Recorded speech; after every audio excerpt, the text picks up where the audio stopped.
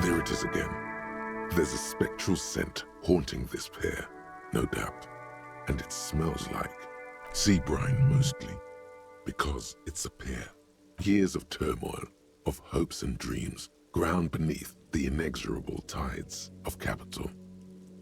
What do you smell? The first thing that strikes you is the overwhelming brine. You imagine yourself underwater, a 100-legged arthropod scuttling along the murky silt at the bottom of the sea.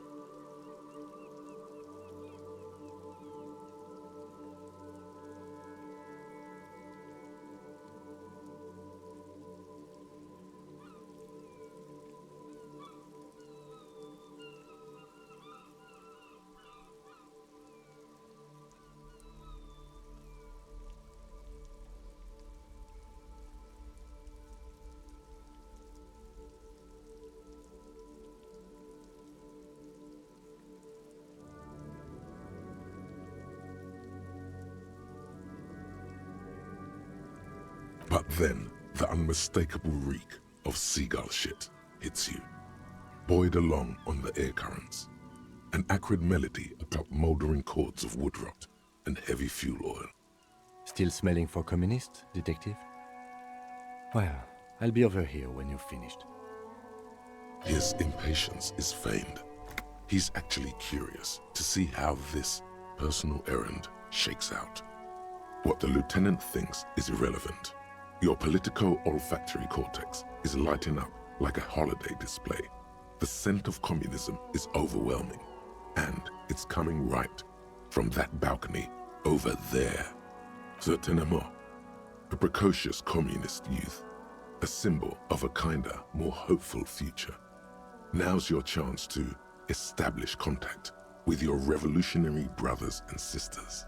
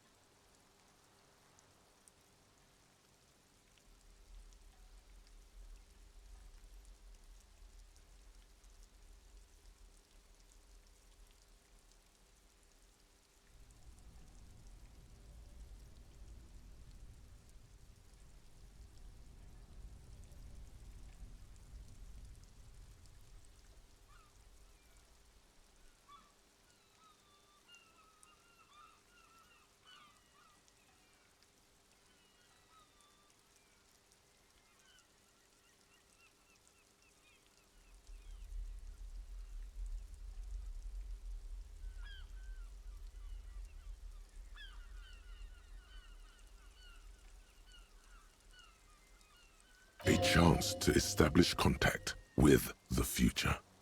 What a beautiful, terrible thought. Hello again, officers. Have you come to admire my mural? I don't believe it. I've never known those boys to have manners. The bemusement in her voice doesn't fully mask genuine tenderness. There'll never be skulls, but their hearts are in the right place. She throws you a conspiratorial glance, then presses her finger to her lips and squints up at the sky, as though straining to hear something in the distance.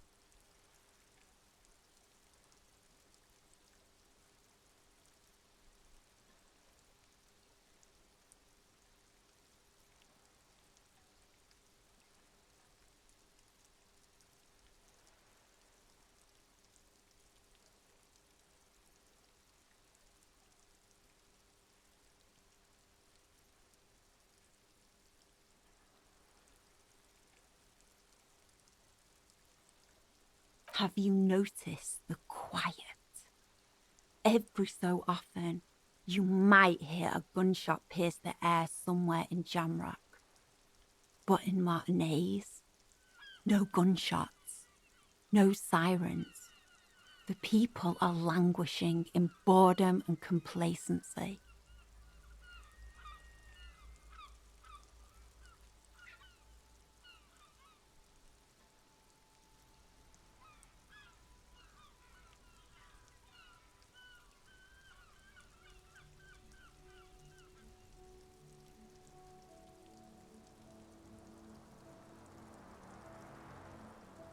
This place is a sepulchre. We'll paint it red. We bring the raucous. You bring the sirens. She's making a valiant effort to come off as a nihilist, but she's really just an angry little commie. No wonder she was talking about the streets flowing red. That's what happened during the revolution. You got me, pig shit. I don't make for a very good skull. I like animals too much. Simians and pigs.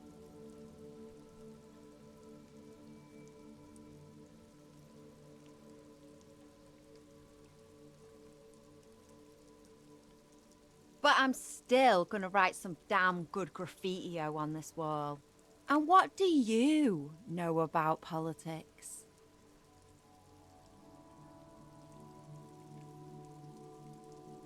Well, well. Sounds like quite the snout you've got there. Your olfactory department wants you to know that it accepts no responsibility for wherever this line of interrogation leads you.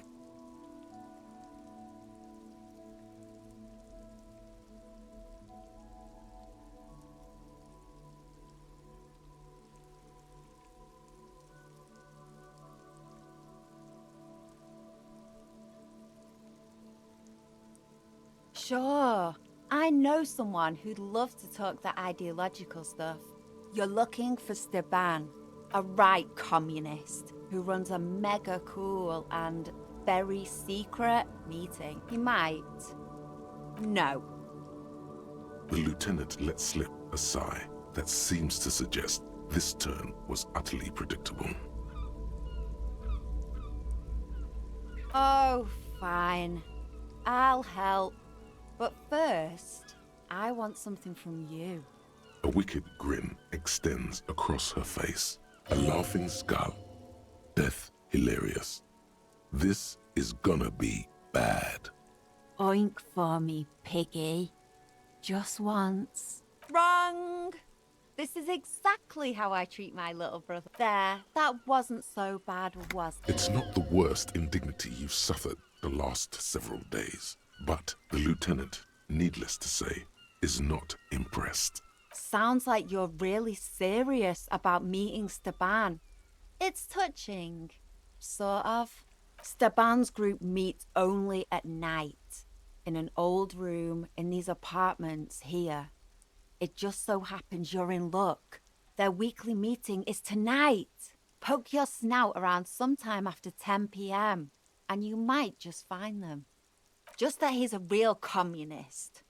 Not like the play acting you've been doing. The rest, you'll have to see for yourself. Oh, smart pig. Because there is. See, Stepan's a bit on the paranoid side. He's got all these mega secret passphrases to keep out infiltrators and the like. You can't join the meeting without one.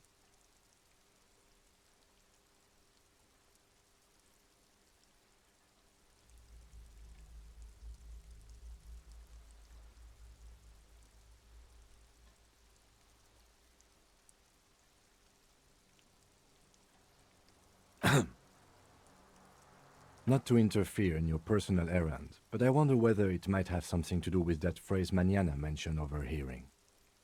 Of course you were, Detective. Apologies for interrupting. Guess this is what happens when two pigs put their heads together. That's enough. Off with you then.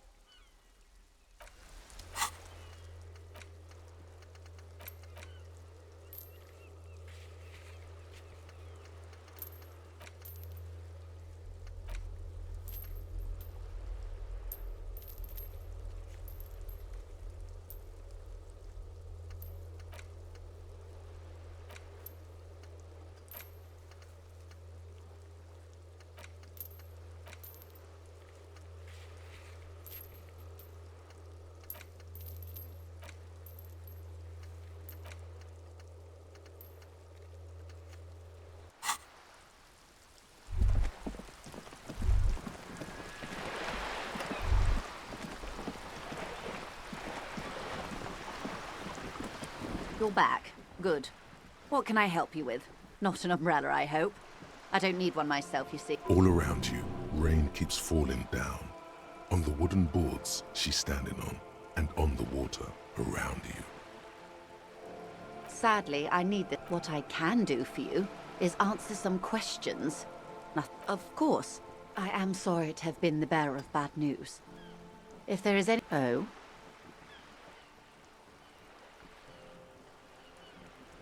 Stupendous.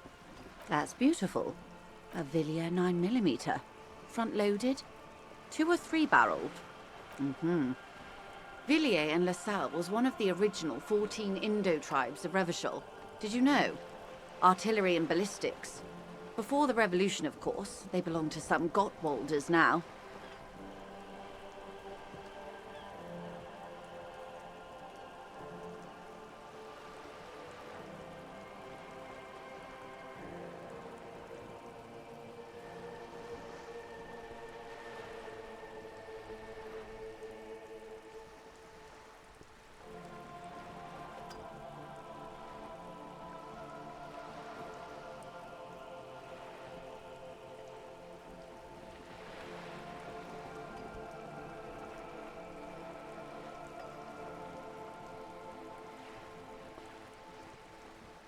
She phrases it as if it's a pity. She also phrases it as a transition out of you waving your gun around. What else? It helps to sometimes hold inventory of the things you've achieved, you know. Clears the soul. Sounds like he has you running errands, Detective. Ah, yes. I've been meaning to go there. With longing. Clear and simple longing. Yes. I'm sad I'll never have the time, Detective. I've always wanted a dilapidating fishing village. She is more defensive about it than usual. Full of ghosts and ancient memories.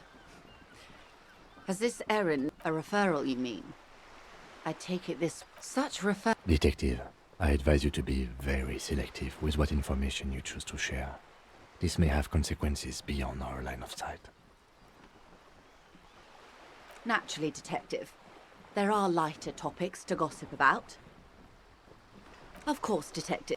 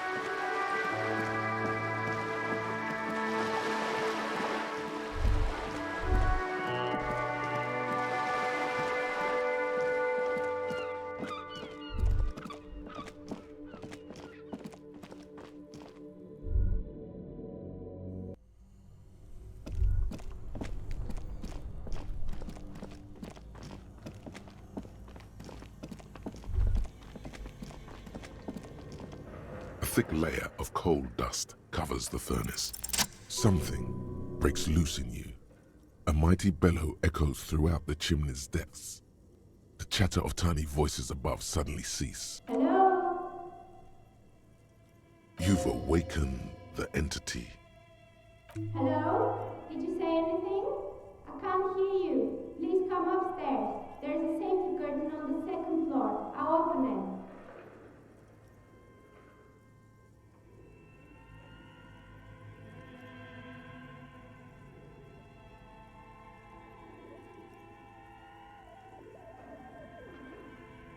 You hear a low rumble upstairs, the sound of a curtain being pulled aside.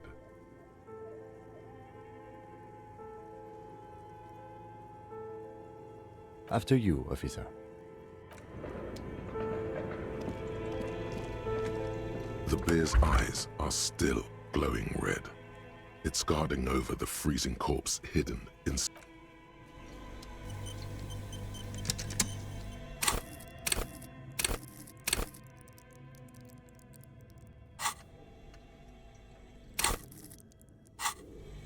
The bear's eyes are still glowing red. Your arms reach out and your eyes close, as if by their own volition. It's dark all around. You feel cold, slippery flesh, first with your fingertips, then under the palm of your hand.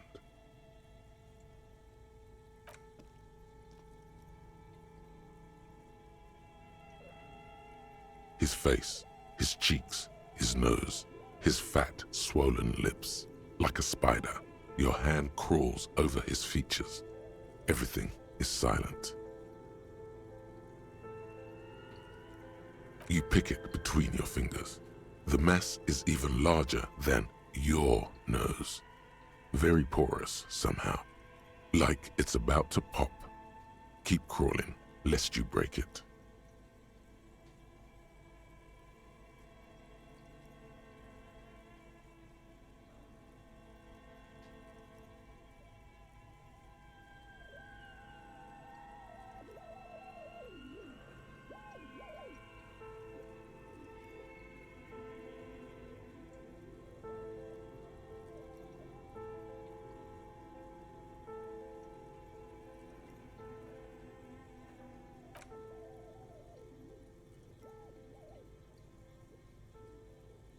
The oral cavity is cold and moist.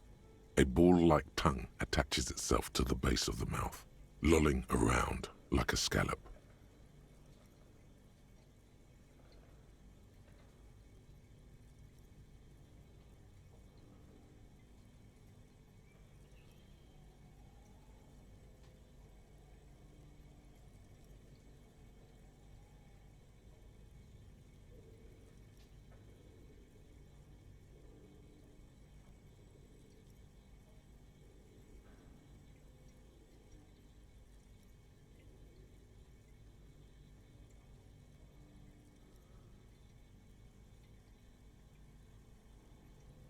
You're on the right track. The tongue moves freely in the cavity. The mucus of the mouth is slippery, delicate to touch. From the soft meat, teeth are budding. Hard pearls of bone in the gums and in the back of the mouth. Can you feel it? You're so close. Rip his jaws open now. Look in. A vision of black and dark red death, pried open by your naked hands and studded with teeth. Looks like he's laughing. Death fumes rising from the throat, and there, in the back of his mouth, above the bell of the uvula, right in the soft palate, you see a hole, barely visible to the human eye. It is swollen shut, almost vanished. No larger than 0.4 centimeters in radius, the edges appear darkened.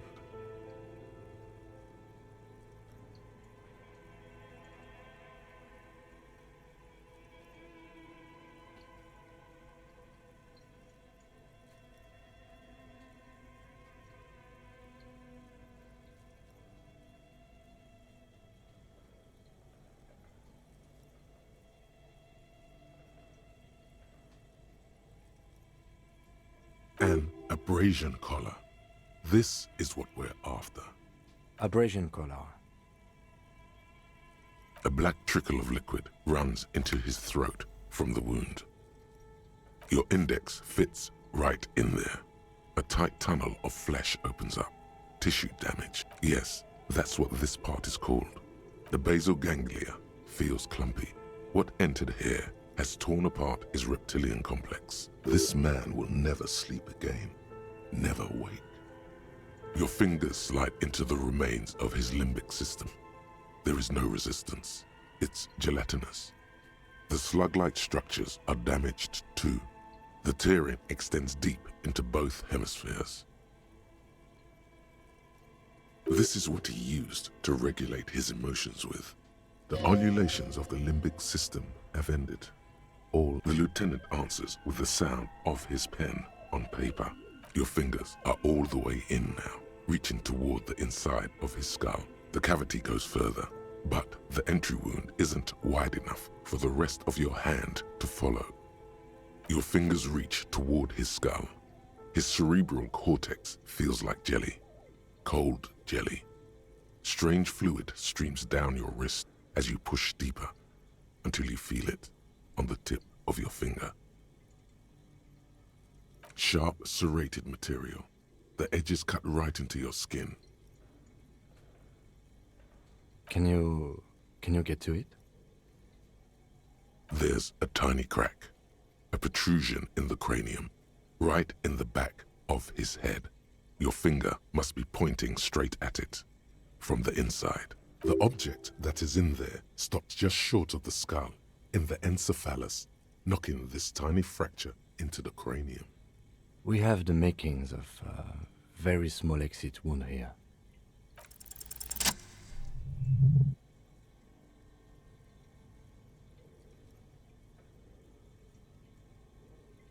You pick the object between your index and middle finger.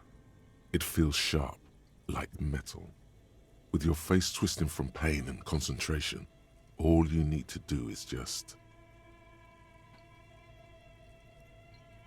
Good. The inside of the head feels cold and smooth, like a glove. Sweat dripping down your brow. Careful not to lose the prize between your fingers. With a plop, your hand emerges from the mouth, covered in blood up to the wrist. Between your fingers, a small flower, a blossom made of lead.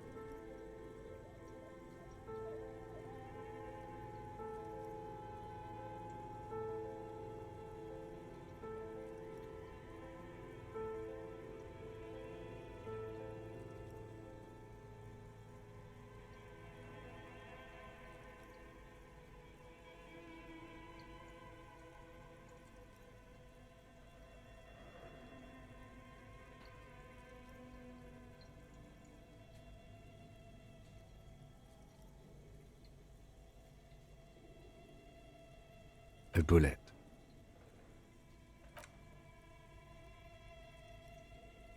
The bullet falls in the bag, leaving a smattering of blood on the plastic. He raises the bag under his eyes and says, A non-calibre. Rifle. Some kind of brittle alloy. Fractured on impact. Of course, you've earned it. We need to add an item to the injury list. Injury number 4.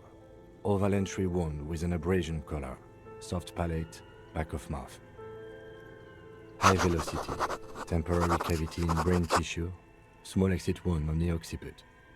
How does that sound? Opinion, fatal injury. And one last thing. We can now fill in injury number 3. Ligament mark. Opinion, non-fatal. Post-mortem. Treatment.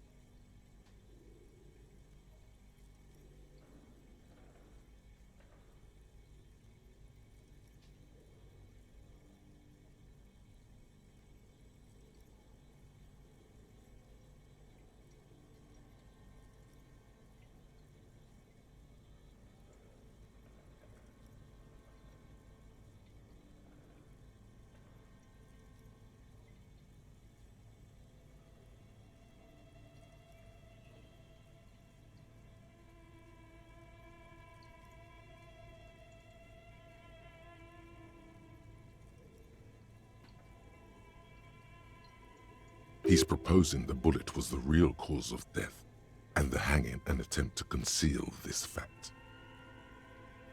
Yes, and the belt around his neck, the hanging, even dragging him to the yard. All of it was done after this man was already dead. I have had my doubts since you showed me the tracks. Why did they carry him over? Why not march him, I thought. There was no satisfying explanation. There have been other signs too, small things.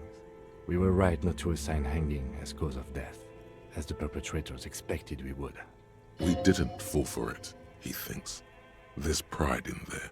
There is, of course, the very real possibility he was both shot and hanged.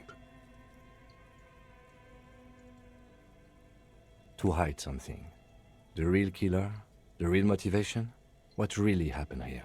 Yes, we should take a closer look at it. I am certain it has more to tell us. This little thing could reveal much about the weapon that shot it. To put him out of his misery? It's possible, but it doesn't explain all the other dubious things here. Lack of struggle, primarily. And maybe that's for us to find out. But this, it will make fine. Oh, you really do. We bag the corpse and carry him to the holding pen of my work on the case. Tend to personal matters. Try not to do anything. I'll leave that choice to you. And one more thing. Great work, detective. The word lingers in the air of detective.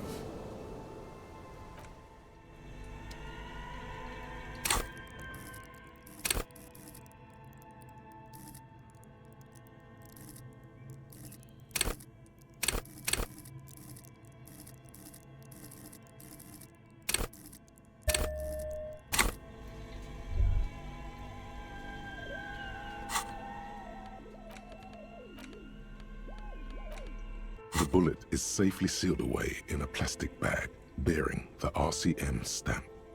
Kim has filled out the label on the bag with the item number, case number, and date and location the bullet was found.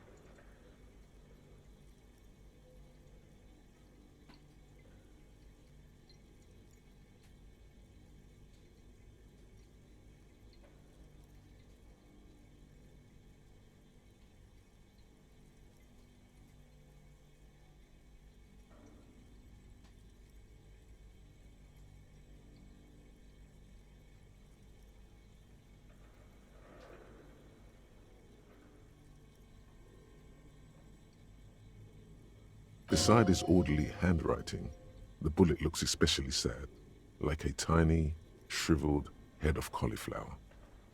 What? Well, if I was the bullet, which I'm not, I would say, find the weapon that shot me. If we find who owns it, we will have likely found who used it, possibly to kill our... In conclusion, the more we know about this bullet of yours, the better. The squashed bullet has some sharp edges where the jacket has split open. It feels cold, even through the bag. You wouldn't ordinarily have cause to handle jacketed bullets. The citizens' militia uses cast bullets only. Little pebbles of metal loaded from the muzzle, usually in a cartridge.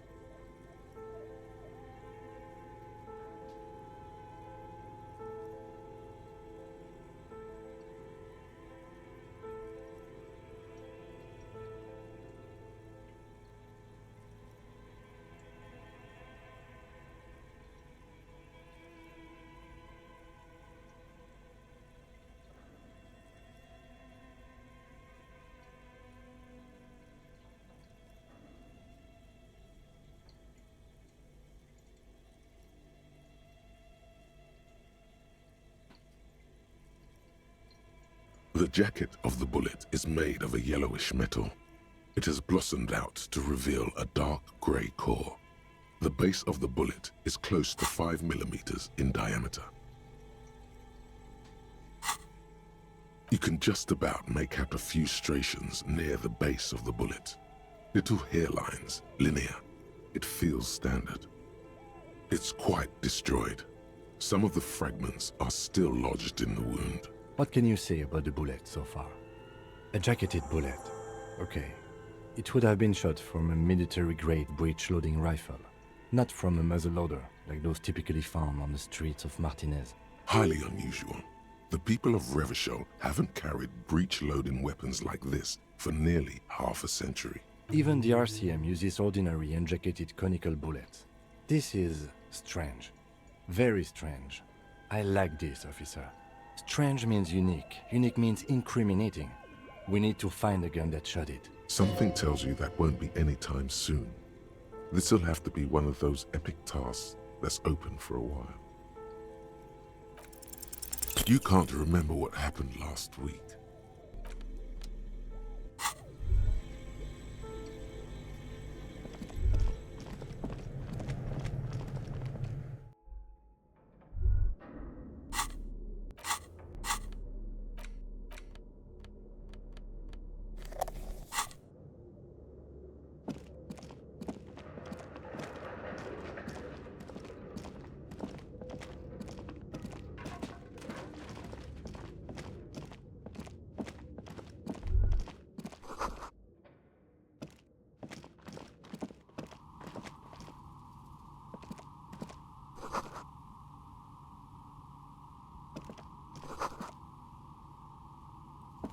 Hello, I'm Nia. Did you try knocking on my window? I must have missed you. I've been listening to my Milius. So what kind of die are you looking for? Could this be the malicious entity? Perhaps it's wise to go along with this masquerade for now. She's got a direct view to the backyard. You should interrogate her about the lynching. Yes, Amelia is like a call-in station. You need a two-way radio to access one. That's why I have these.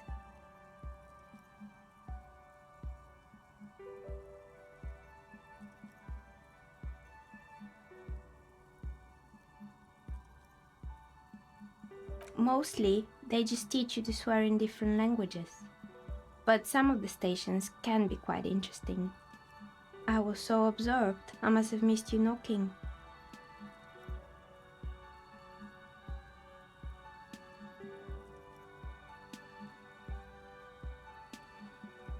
Then how did you get inside?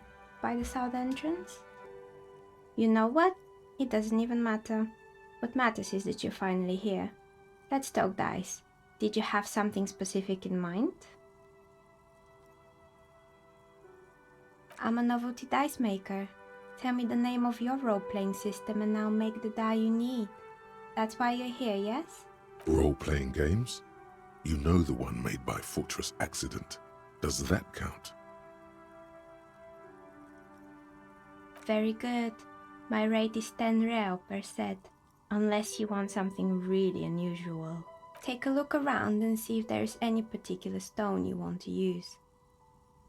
It almost looks as if the stones and dice are a natural part of the room, growing out of the shells like stalagmites.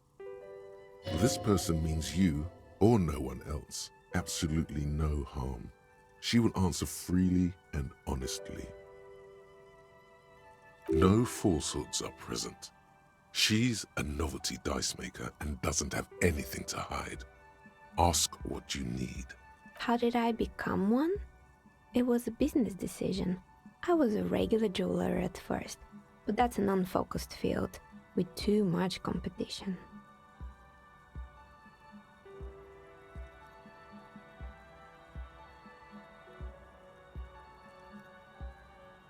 Some of my friends were role players. They asked me to make some polyhedral dice out of cobalt. That was my first order. I grew it from there. Not especially. I like working with rare materials and a steady pay.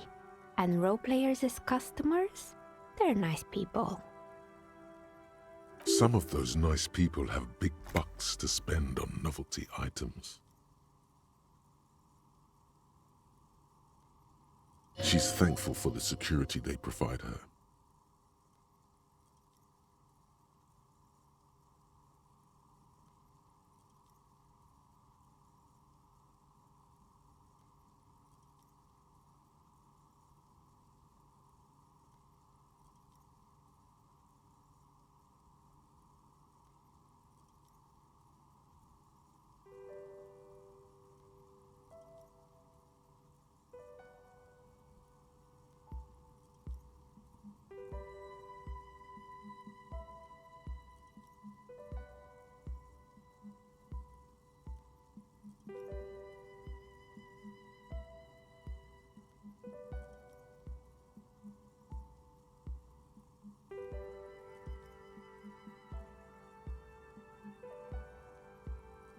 Nothing really. I didn't know him. Who cares about a dead body?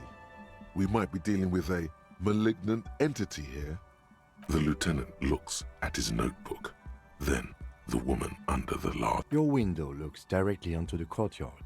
You're saying you didn't see or hear anything unusual last Sunday evening? I'm sorry, Detective, but as you know, I usually have my headphones on when I'm working. It shuts out most of the daily ruckus behind my window. Well, there's always something going on in the Whirling's backyard.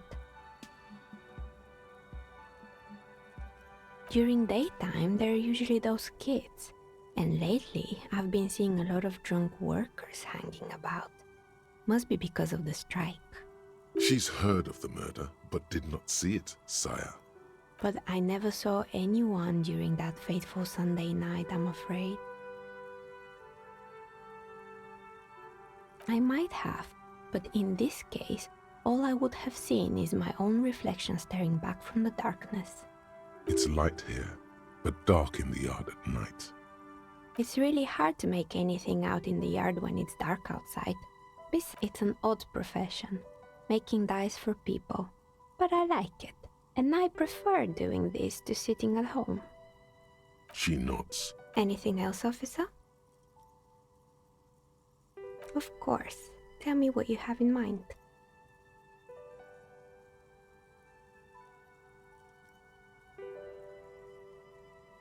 What do you mean by cursed?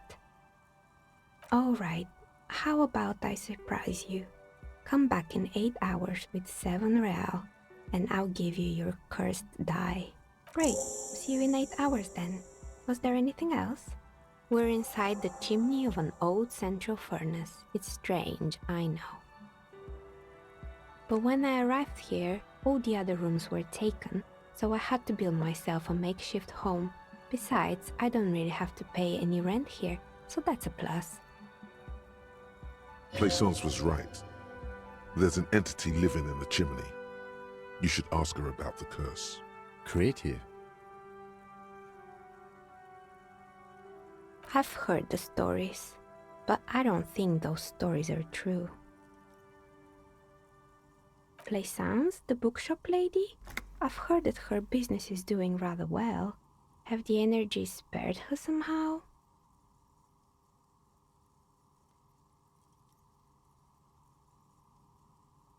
All right, but it's not just the bookstore that's still up and running. What about the Whirling in rags? Some people say it's part of the building complex. And then there is me.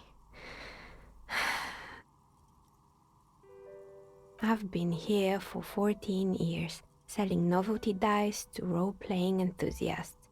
Not exactly a million real business idea, yet somehow I've survived despite the talk of malicious energies. Strange, isn't it? Maybe it's just because she's so talented that she's been able to woo the curse.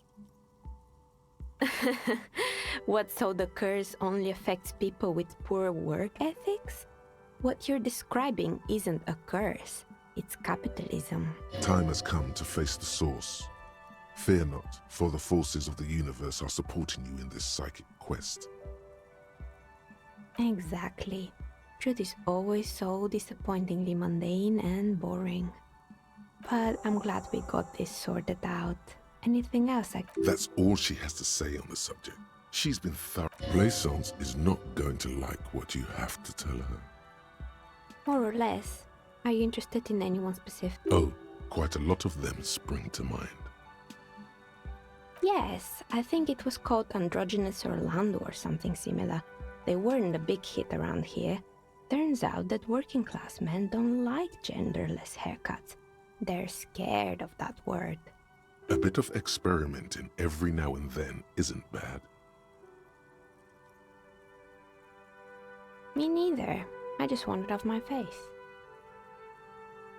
It wasn't merely a gym, it was Artemitep's boxing club, a community project created to steer at-risk youth away from drugs and crime. It didn't. If anything, it made the youth situation in Martinez even worse. At some point, someone started a rumor that the punching bag downstairs was full of amphetamines. It's not really full of that. No one would store their drugs like that. Eventually, the coalition took away the funding and the club went bankrupt. This was a few years ago. It's gotten much more peaceful around the plaza ever since. Oh, this one's a mess. There used to be a company that promised to repair windows 24 hours a day. What could go wrong with this one, right? Turns out, the business was actually set up as a front for an illicit group that was producing snuff milias. Who would have guessed? What's the snuff milieu? And they never cleaned up the debris either. Now it's just littering the hallway and I have no idea how to get rid of it on my own. It's a sub-Rosa radio station that broadcasts real murders with real victims. Some people pay good money to get off on it. Nothing changes in her tone as she says that, as if it's just another piece of information to lay out for the world. Don't worry, the ACP has a separate division that deals exclusively with unlicensed sub-Roses. This isn't our problem. Good luck with that.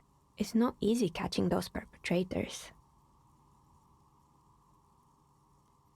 You mean Mr. Fabron, the taxidermist? No, he mostly just did drugs.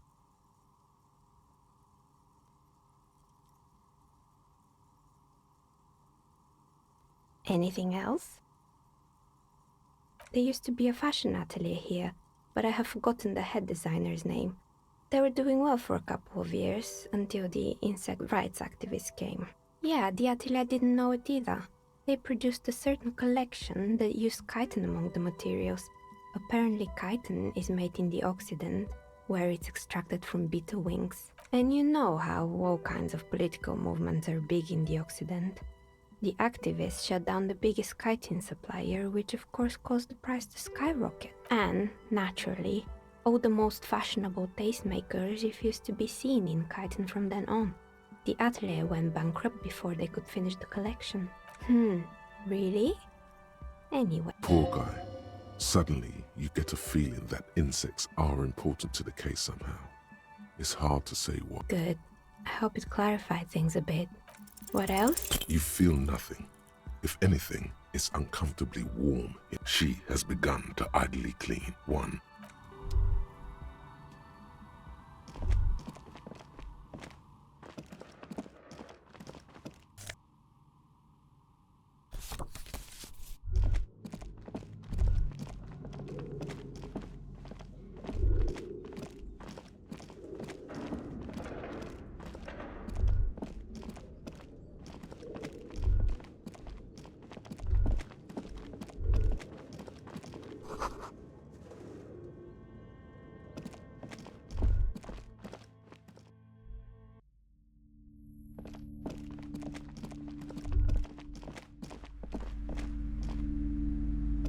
What have you found?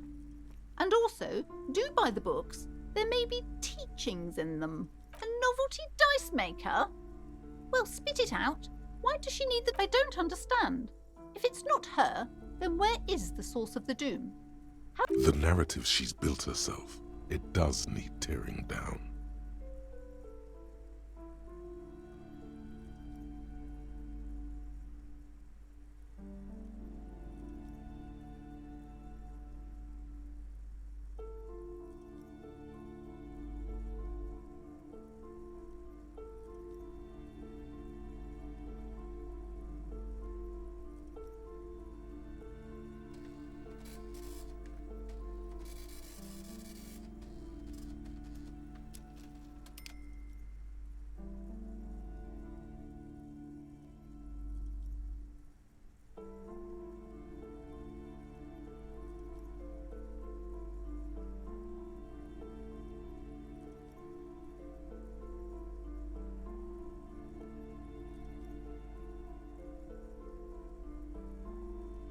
Just don't say you don't have any answer yet.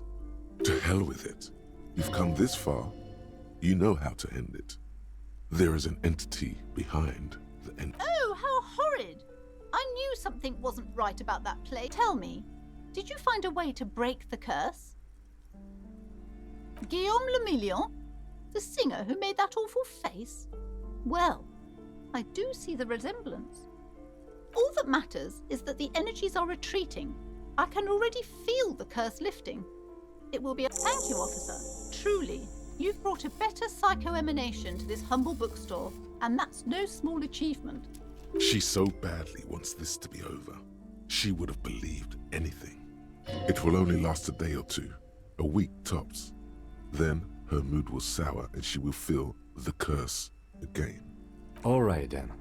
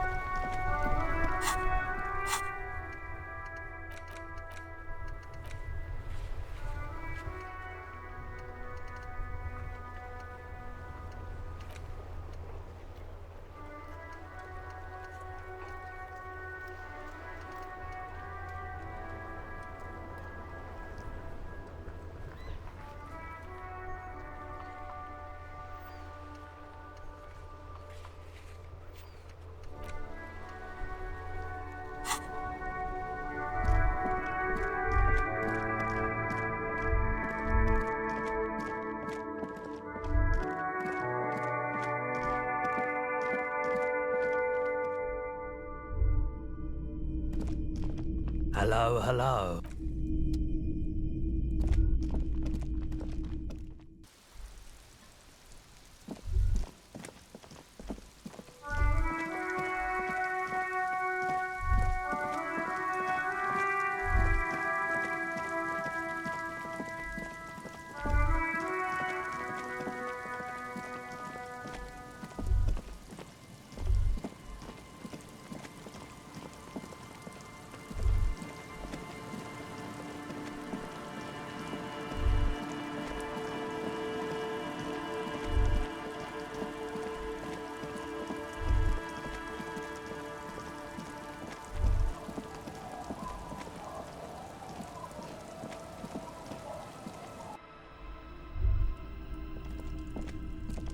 Hello, mister. Oh, I had gloves. Very big ones. Heavy, too.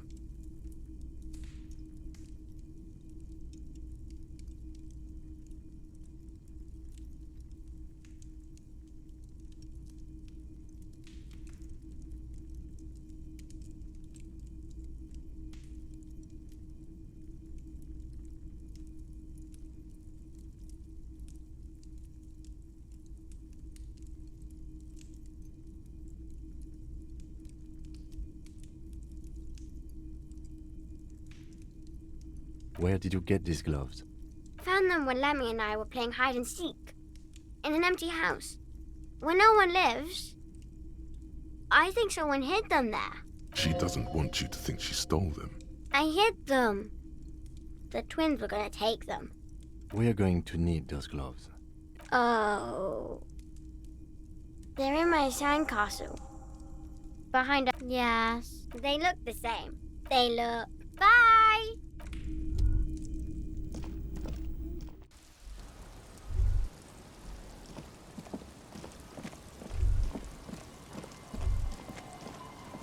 Weather has not been kind to Lily's little sandcastle. The once mighty towers are quickly eroding away. You can see something shining back to you from what must have been a vast underground catacomb network.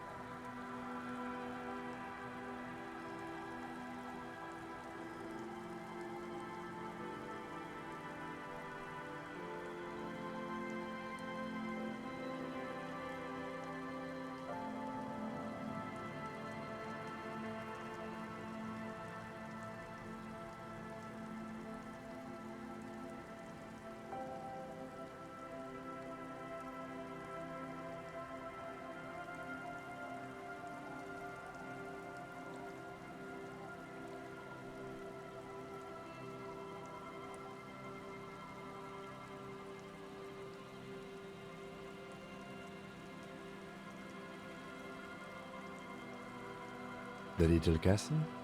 The reigning lord must have come upon some really tough times to let it sleep in such decrepitude. The walls and floors give way to the giant's greed, collapse and present you with a pair of ceramic gauntlets. Congratulations. That's the gauntlets down then. We're doing...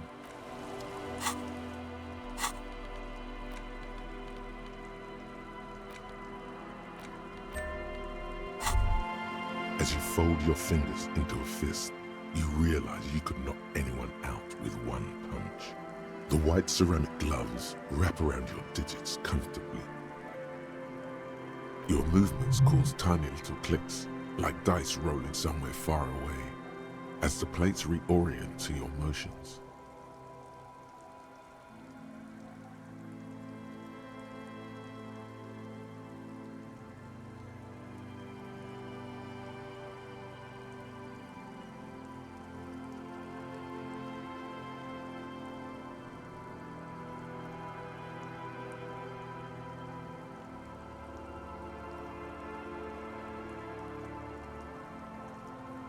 The hardened vitreous enamel, at once sleek and voluptuous, adds a glow to your cheeks and a spring to your step.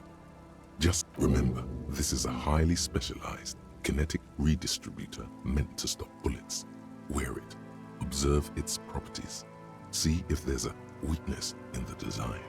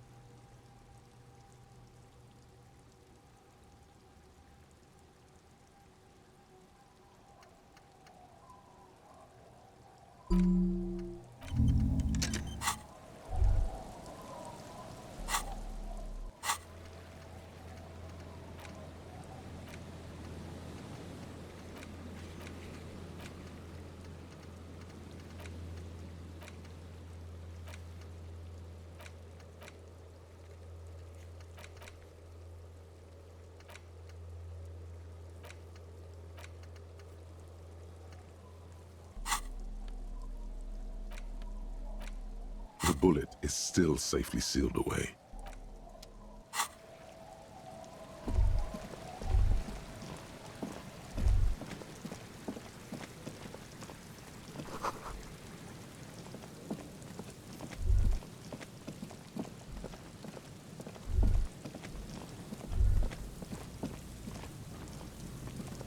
The metal pave. You hear the tone. Calling. This end of tone. Pierre, is that you, Pierre? So nice of you to find the time to call me. It gets so lonely. Even the air. Are you sure you're Pierre? Your voice, it's different. There. Chrysanthemum. Her voice is drowned in white noise. So you get a sinking feeling. It makes you look if Lieutenant Kitsuragi overheard you, to your relief. Calling. Again? Someone. Hello, Gerard speaking. Hello, Gerard. Technically speaking, you're electricity. No, what you are is a surprise. Get his wife on the phone. Who is this?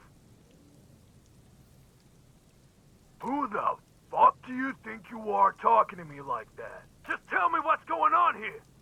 Bien, come here. The sounds are muffled. You can make out two people, a man and a woman called Bien. They're talking to each other in agitated voices. There's a shuffle of feet. Children, maybe. Amid the howling in the wire, you make out a woman's voice with a thick Samaran accent. Gerard, this is a joke. Someone is making a joke. More shouting. You're pretty sure you hear a man saying fuck several times. Then the crackle What the hell are you doing?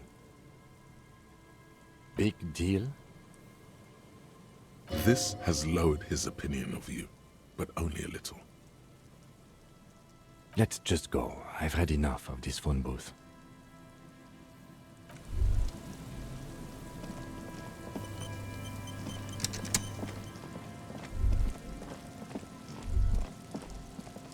Heavy wooden the lock. Let's go.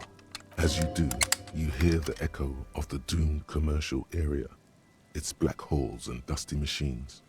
Then the feeling passes. A great whoosh of air rushes into the dark innards of the church, as though rushing to fill a great vacuum.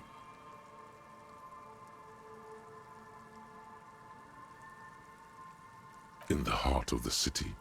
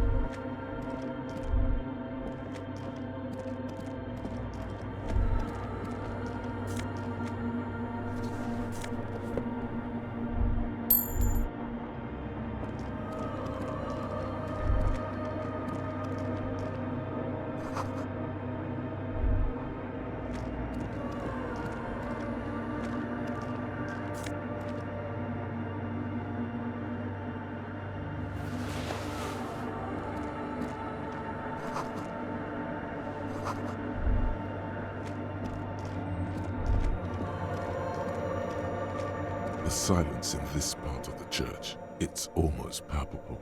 All the shifting matter and shuffling of living things is gone. Nothing seems to exist beyond the church anymore.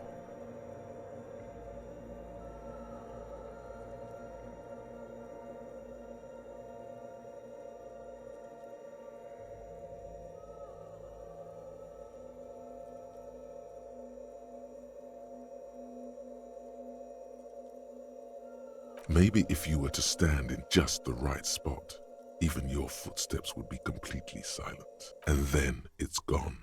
Almost all of it. But for the faintest of hums, it seems the sound here is detached from its source somehow, if not blotted out outright. Truly unusual. You can hardly hear your own breathing. Your voice is barely audible. Not a howl. You produce a few muffled thumps, after which the silence feels even more total. The lieutenant points to his ears and shakes his head. Then he leans closer. Can you hear anything? The church just has strange acoustics, some engineering trick. His detached tone conceals how uncomfortable he is. Maybe the church was designed this way to prevent boisterous activity, singing and dancing. Could be. He doesn't seem entirely convinced, though. The orderly rows of ceiling panels become barely visible.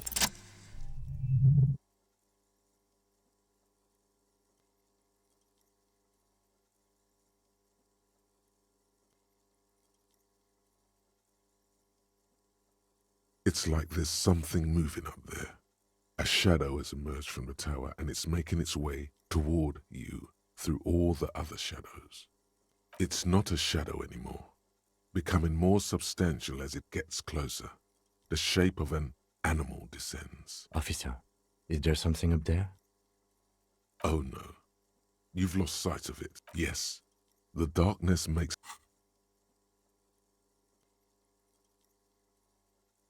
You see something hanging from the rafters, looking straight at you with dark eyes. Maybe it's possible to talk to it.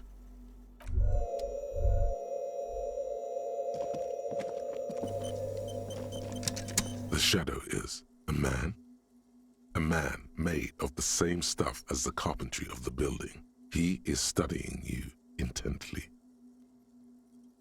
The man leaned forward a little, fixing you with a steady, unreadable gaze, then speaks. Habitual alcohol use has made you into a scared little pussy, Holmes. But don't worry, everything's gonna be all right. You come to the right place. That accent is Villalobos, a peninsula in Mesk and a district in Jamrock. There's a sizable contingent of Villalobos-speaking Mesks in Rivershire. Here you can receive the mother's love. And when you're ready, she will take your hand and lift you out of the despair at the bottom of that bottle. This man is obviously a habitual narcotics user. Do we really need to question him? I'm put off by this religious stuff, he thinks. And maybe the ceiling climbing, too. It's all very hard to square with the lieutenant's own view of reality. Oh yeah, sure. You don't know anything about alcohol use. You got it all under control, Way.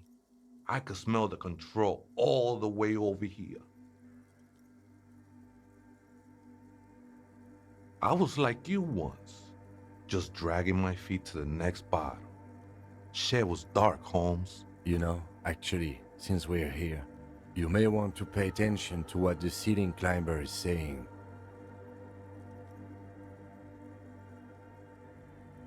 The grave's coming for your little identity sooner than you think, Holmes. You sure you're ready? The mother could set you free from all that shit. This is the Church of the Mother of Silence. You are welcome here. You have no idea what the fuck he's talking about. Is he just trying to throw you off your game? 'Tis not an act, my liege. Saving perchance he hath deceived his very self. This man is a zealot. Sure did, Holmes. I am, at least in part, Holmes. Into the mother's love burns away the cruel distinctions of the body. A boyadero? No, Holmes. I don't go in for that kind of thing. It's all about surrendering to the mother now. Haven't you ever met a Mex before? Cabron. Surprising number of us around Rabbit Shop. Not sure I'm contributing to the economy none, Holmes. Glad you're feeling more comfortable. First-timers are always nervous. Oh man, I would love to see that statue. I'm sure I'd be trespassing if the church was in use. But it's not, hombre. I done my share of illegal shit. Used to be in a gang, the whole deal. But even memories of that time are fading. Most of them are already gone. That's not really the point, I said. You gotta give yourself over to service. Service of the mother, that is. Do you remember your name, sir? The lieutenant is not particularly interested in this information. He's just trying to assert some control over the conversation. Tiago's my name, but those syllables don't mean much to me these days. A name isn't just your identity, but also, so to speak, your place amongst your fellows, your place in the world. I ain't got no use for such a place, and that's just the thing, Holmes. None of that matters. The ones in the tent outside, right? I see them, think they scared of me. Nah, man. They look pretty funny. And I don't harm no one anymore. Why not? They wouldn't bother me none. I'm usually way up there, imbibing. Ain't no music on earth that can reach where I go. Might even be nice to have some company. He said that in spite of himself. He's more attached to the human than he'd like to think. Other spooker? Oh. Viaita is Grandma? No. I just call her Viejita because of her clothes. She's actually quite young. Or maybe not that young. Age is just one of... That's what I said, Holmes. Don't really follow her comings and goings. Just see her typing on her computer now and then. We got different... I'm afraid not, Essay. You just have to wait until she comes back, or... This is a special place. There's a perforation in the world up there. A way out into nothingness. This church was built around it. For purposes of veneration. I circled it. Nurtured by the silence bestowed by the mother. I will be incinerated, but not destroyed. Finally, at one with the state of the world before reality began. That sounds a bit like substitution behavior, no? You know a thing or two about that. I think they were. A long time ago. I had to shed them like skins to get closer to the center of the silence. You could have them. I don't need them anymore. Oh, that's no simple question, Essay. She is one who can be painted or sculpted. She is a cavity in the dark beyond sense. She saved me, but I couldn't describe her to you. No one can, Holmes, and no one ever will. Hard to say. I think I did some construction work here, back when I still had material worries. Up there, I realized what the true purpose of the church was. Been spending a lot of time here ever since. The past is nothing to me now, eh? The sinewy figure lingers on the wooden beams, blending into the shadows. Police raid a while back. Did you witness it? Not really, or at least I don't remember much of it anymore. The mother's love has done its job. That's what's so great about the mother. It lets you forget about everything. It looks like he truly doesn't remember. There's a vagueness to his sense of time.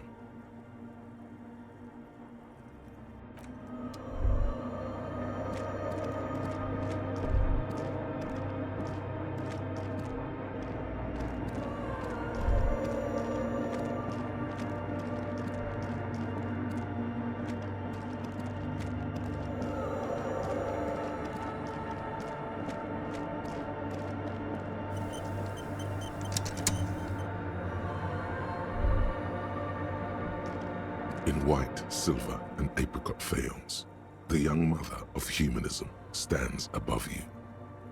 A crack runs across her body. She is impossibly tall, oval-faced and sad, a dark and radiant majesty.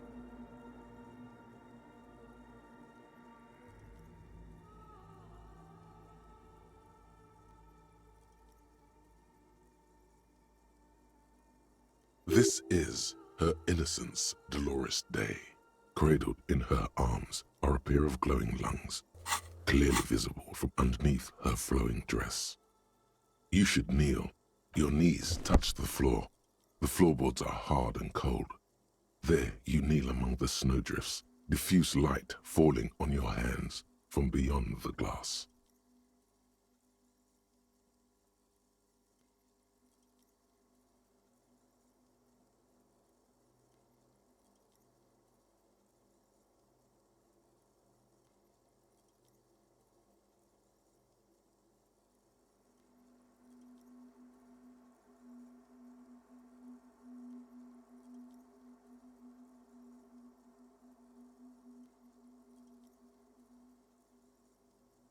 The world is silent, but for the creaks and cracks of the massive wooden structure behind you, it covers you from the wind outside.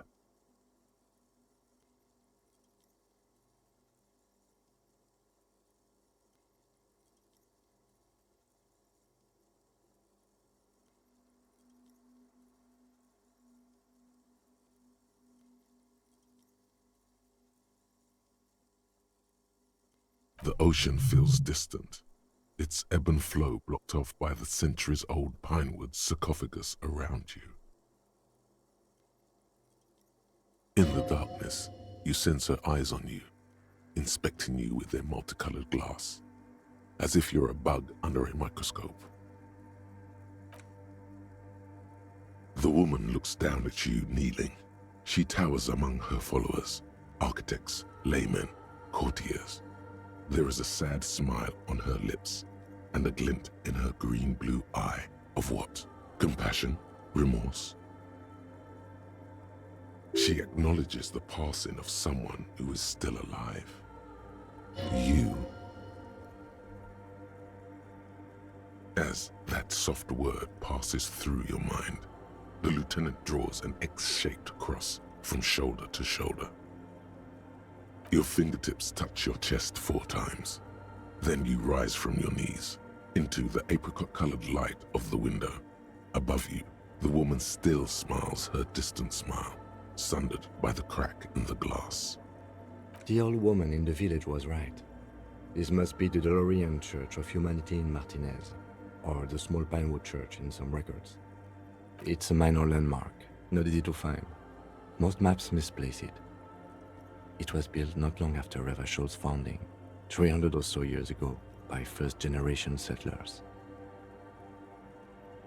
On the coast of an uninhabited archipelago where only animals had roamed before, in the wild reeds. There used to be 7 stave churches on the coast. Les Setsa, they call them, the 7 sisters. Only one remains. The rest were burnt in the revolution or used for building materials.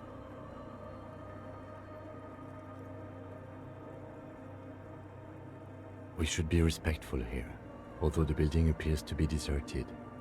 I do not believe we'll find anything connected to the lynching here. Something else, perhaps?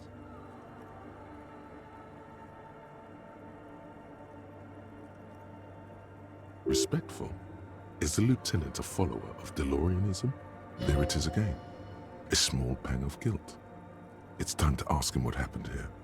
I have a theory, yes. There was a police raid a while back. I heard the place was shot to pieces.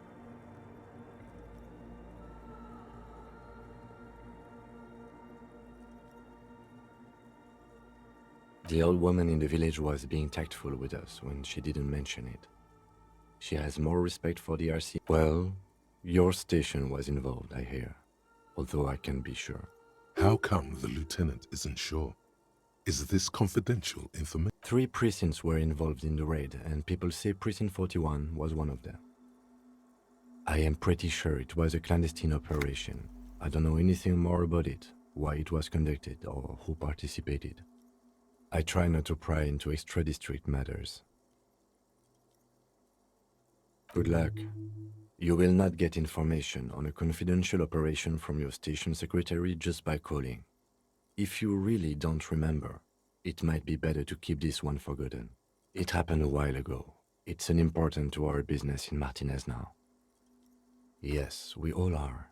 Her name, body, and rule are synonymous with humanism. The laws we enforce are DeLorean in origin. The woman looks by in silence, smiling enigmatically. It's not spiritual, it's constitutional. The DeLorean system does not demand faith, only accordance.